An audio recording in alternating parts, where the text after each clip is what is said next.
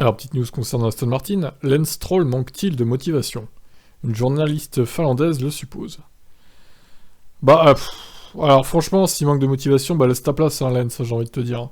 Reconvertis-toi dans le bowling, dans le curling, dans la chasse au caribou, je sais pas, fais quelque chose. Le seul pilote que je n'aime pas vraiment interviewer, c'est Lance Stroll, a-t-elle déclaré au journal Itä-Sanomat. Donc c'est la journaliste Mervi Kallio, déplore le peu d'implication visible du pilote. Dans ces situations, il semble assez arrogant. Il vient à l'interview avec une attitude apathique. Ah oui, j'ai déjà remarqué, même sur le canal, hein, il en a un peu rien à foutre, un peu comme Kimi à l'époque. Hein. C'est embarrassant parce qu'il ne semble pas vouloir montrer une partie de lui-même ou même être là. On dirait qu'il ne s'intéresse pas du tout aux autres. Il a tout ce qu'il faut, mais peut-il l'apprécier?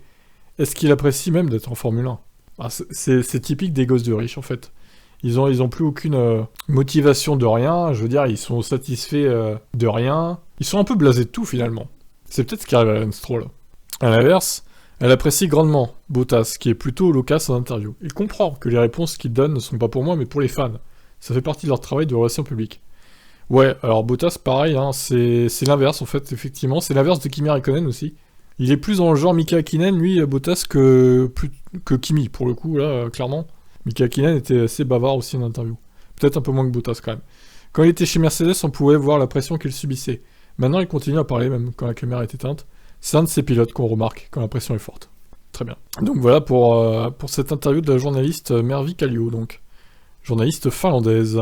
Ouais, au final, on peut se demander si Stroll père comme fils sont pas toxiques hein, pour Aston Martin. Hein.